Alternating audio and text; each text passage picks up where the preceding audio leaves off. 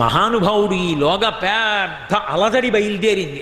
కొన్ని వేల మంది చుట్టూ కూర్చుని ఉన్నారు కదా పరీక్షిత్తుకి. ఎక్కడో పెద్ద కలకలం.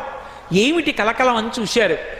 బాలసూర్యుడు బయలుదేరి వచ్చేస్తుంటే ఎలా ఉంటాడో అలా 16 సంవత్సరాల నవయవ్వనంలో ఉన్నటువంటి వాడు ఆయన నడిచి వెళ్ళిపోతుంటే ఆయన అందాన్ని చూసి ఆయన వెంట పురుషుడు ఇంత అందమైన వాడా అని స్త్రీలు పిల్లలు కూడా వెంటబడి వస్తుండగా ఇలా ఉన్నాడేమిటని కొంతమంది ధూర్తులైన పిల్లలు ఆయన మీద పువ్వులు పళ్ళు విసురుతుండగా ఒంటి మీద బట్ట కూడా లేకుండా నిరంతరము బ్రహ్మమునందు రమించేటటువంటి వాడు, ఆవు పాలు పితకడానికి ఎంత సమయం పడుతుందో అంతకన్నా ఒక ఇంటి ముందు నిలబడనటువంటి వాడు, పరమ భక్తి జ్ఞాన వైరాగ్యములు కలిగినటువంటి వాడు, జన్మతః ఏ బంధనము లేకుండా రాశీభూతమైనటువంటి జ్ఞానమైన వాడు, భాగవతాన్ని